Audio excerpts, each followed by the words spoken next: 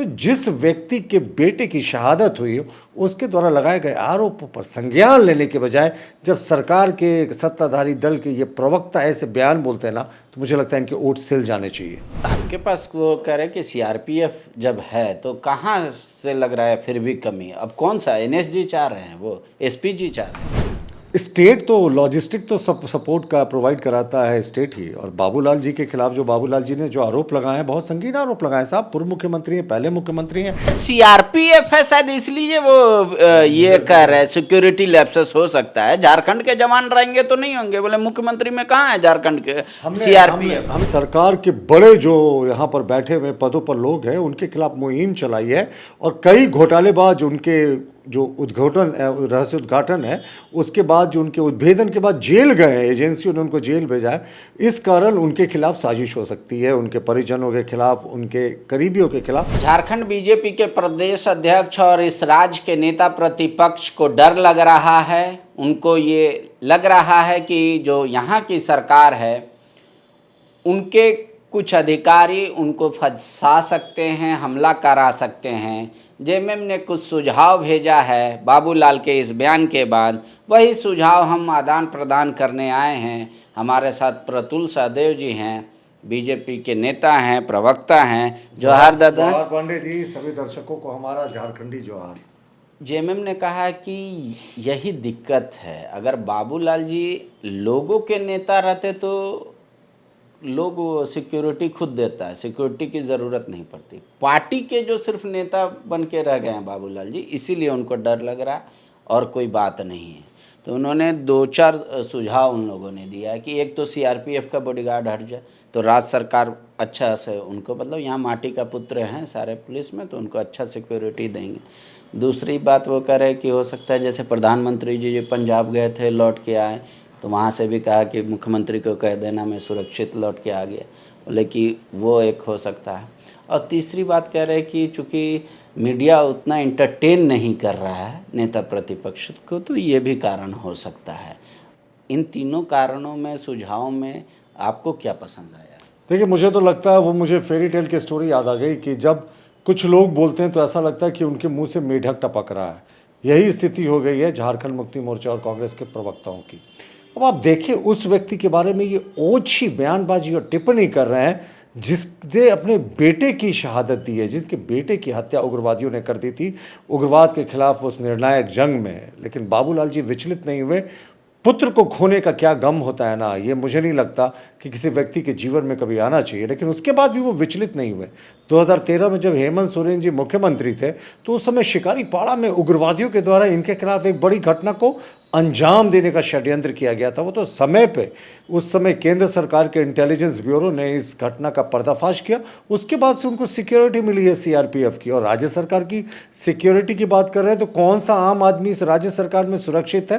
तो जिस व्यक्ति के बेटे की शहादत हुई उसके द्वारा लगाए गए आरोपों पर संज्ञान लेने के बजाय जब सरकार के सत्ताधारी दल के ये प्रवक्ता ऐसे बयान बोलते हैं ना, तो मुझे लगता है इनके ओट सिल जाने चाहिए। लेकिन कह रहे क्या चीज़ का डर है? जनता अपना नेता का रक्षा कर लेती है ना। और दूसरी बात है वो ये कह रहे हैं कि क्या बाबूलाल जी को अब ये ज्ञात नहीं हो गया कि केंद्र का गृह मंत्रालय ने कहा कि झारखंड उग्रवादियों के खिलाफ बेहतर काम किया है। अब मात्र 2 जिले ही उग्रवाद प्रभावित बचे हैं, बाकी सब नॉर्मल हो गया। तो बोले ये सब डाटा मैं आपको फैक्चुअली करेक्ट कर दूं, 2 जिले अति उग्रवाद प्रभावित हैं। अभी भी 6-7 जिले हैं जो उग्रवाद प्रभावित की श्रेणी में। 2 जिले जो सबसे अति उग्रवाद प्रभावित, उससे तो एक मेरा भी गृह जिला लातेहार है, दूसरा चाईबासा है। और 6-7 जिले अभी भी जो मॉडरेटली हैं उग्रवाद प्रभावित हैं। और जहाँ तक बात है कि ये लोग कह रहे हैं कि बाबूलाल जी को सिक्योरिटी की क्या आवश्यकता है, तो राज्य सरकार का स्पेशल ब्रांच बता दे कि नहीं, कोई सिक्योरिटी की आवश्यकता नहीं है। शिबू सोरेन जी तो अपने आप को जेएमएम कहती है कि आदिवासियों के मसीहा है, फिर वो क्यों कारकेट लेकर चलते हैं? मुख्यमंत्री जी, कभी गिना आपने उनका काफिला? 21 गाड़ियों का काफिला, 21 रुपया पहले दिया जाता था ना वो शादी ब्याह में न्योता, उतने गाड़ियों का काफिला लेकर मुख्यमंत्री चलते हैं। उनको किस बात का डर साहब? वो तो सेकंड टाइम मुख्यमंत्री हैं, आदिवासियों के नेता हैं, मूलवासियों के नेता खुद को कहते हैं, फिर वो भी सिक्योरिटी छोड़ दे? तो ये वो चीज सीआरपीएफ है शायद, इसलिए वो ये कह रहे हैं सिक्योरिटी लैप्सेस हो सकता है। झारखंड के जवान रहेंगे तो नहीं होंगे। बोले मुख्यमंत्री में कहाँ है झारखंड के सीआरपीएफ? हमने सिक्योरिटी लैप्स की कब बात की? बाबूलाल मरांडी जी ने आशंका जाहिर की कि जिस तरीके से उन्होंने घोटालों का पर्दाफाश किया है, जिस तरीके से उन्होंने सरकार के बड़े जो यहाँ पर बैठे हुए पदों पर लोग हैं उनके खिलाफ मुहिम चलाई है और कई घोटालेबाज उनके जो रहस्य उद्घाटन है उसके बाद जो उनके उद्भेदन के बाद जेल गए हैं, एजेंसियों ने उनको जेल भेजा है, इस कारण उनके खिलाफ साजिश हो सकती है, उनके परिजनों के खिलाफ, उनके करीबियों के खिलाफ। तो सरकार बजाय इसके संज्ञान लेने के वो बाबूलाल जी के खिलाफ ओछी मानसिकता करे। देखिए क्या ना पांडे जी, इस सरकार तो वो लोगों की सरकार है, उस पार्टी की सरकार है जिसने आंदोलन को बेचा था। ये त्याग शब्द कब से समझेंगे? त्याग शब्द तो वो समझता है ना जिसने उग्रवाद के खिलाफ लड़ाई में अपने बेटे को खोया हो, फिर भी उसका जो है विश्वास कभी नहीं होला, इसका जो कन्विक्शन है उस व्यक्ति का कभी नहीं हिला। ऐसे व्यक्ति को तो सैल्यूट करना चाहिए। अगर वो किसी चीज़ पर चिंता जाहिर कर रहे हैं, सरकार को संज्ञान लेना चाहिए। लेकिन बेशर्मी की हद हो गई साहब। आपने सुना है ना कि हर एक बार आपको लगेगा कि राजनीतिक स्तर कांग्रेस और जेएमएम इससे नीचे नहीं गिरा सकती। हर बार ये आपको गलत साबित कर देते हैं, हर बार ये उससे भी नीचे ले जाते हैं।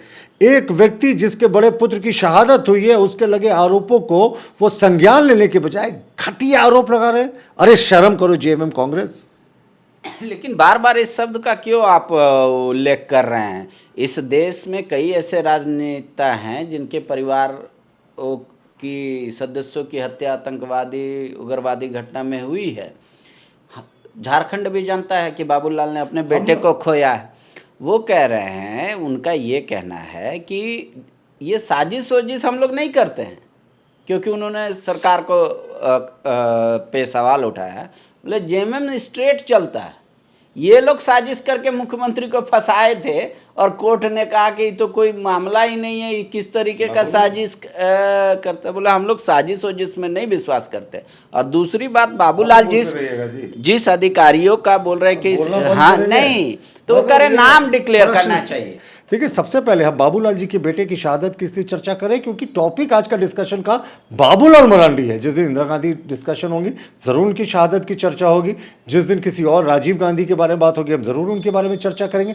आज तो अपने बाबूलाल मरांडी जी के मुद्दे पर टॉपिक चढ़ा और कहना कि जेएमएम स्ट्रेट चलती है, हम पूरे तरीके से सहमत है। झारखंड मुक्ति मोर्चा बिल्कुल स्ट्रेट चलती है। 3 करोड़ रुपया नरसिम्हा राव ने दिया था तो उन्होंने इधर उधर कहीं किसी को दिया नहीं, सीधे ले जाकर स्टेट बैंक में जमा कर दिया। स्ट्रेट खेलते हैं ये लोग, सीधा पैसा बैंक में जमा करने का कोई दूसरा उदाहरण नहीं था। वो भी कैश को पूरा जमा किया, बाद में सब लोग पकड़ के जेल गए और वो केस रीओपन कर गया। देखिए लौटते हैं, बाबूलाल मरांडी जी के सुरक्षा के कोई ढील नहीं होनी चाहिए और जो उनको कैटेगरी की सिक्योरिटी है उसका भी आउटर कॉर्डन जो है स्टेट जो है वो प्रोवाइड करता है। तो मुझे लगता है बाबूलाल जी ने जो आरोप लगाया है उस पर इनको संज्ञान लेना चाहिए। लेकिन मैं पहले भी कह चुका हूँ ना, आंदोलन को बेच कर, ठीक है आपने जनता को वोट ले लिया, आंदोलन को बेच कर सत्ता पर काबिज होने वाले लोग, त्याग शब्द मुझे नहीं लगता इनके डिक्शनरी में। तो पर आपके पास वो कह रहे हैं कि सीआरपीएफ जब है तो कहाँ से लग रहा है फिर भी कमी? अब कौन सा एनएसजी चाह रहे हैं, वो एसपीजी चाह रहे हैं? स्टेट तो लॉजिस्टिक तो सब सपोर्ट का प्रोवाइड कराता है स्टेट ही। और बाबूलाल जी के खिलाफ जो बाबूलाल जी ने जो आरोप लगाए हैं, बहुत संगीन आरोप लगाए साहब। पूर्व मुख्यमंत्री हैं, पहले मुख्यमंत्री हैं, प्रतिपक्ष के नेता, संवैधानिक पद पर हैं, भाजपा के प्रदेश अध्यक्ष हैं। इतने सारे पदों पर जो व्यक्ति हो, अगर वो कोई आरोप लगा रहा है तो मुख्यमंत्री जी को इस पर संज्ञान लेना चाहिए। प्रवक्ताओं से कितने हल्के बयान दे रहे हैं कि बाबूलाल जी न्यूज़ में बने रहना चाहते हैं। बाबूलाल जी को आप न्यूज़ में बना के रखिएगा।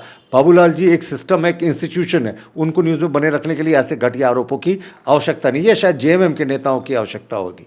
तो ये कहना कि ये सारा कुछ पब्लिसिटी स्टंट है, मुझे लगता है इन्होंने कभी त्याग देखा ही नहीं है, इसीलिए इस तरह की बात कर रहा है।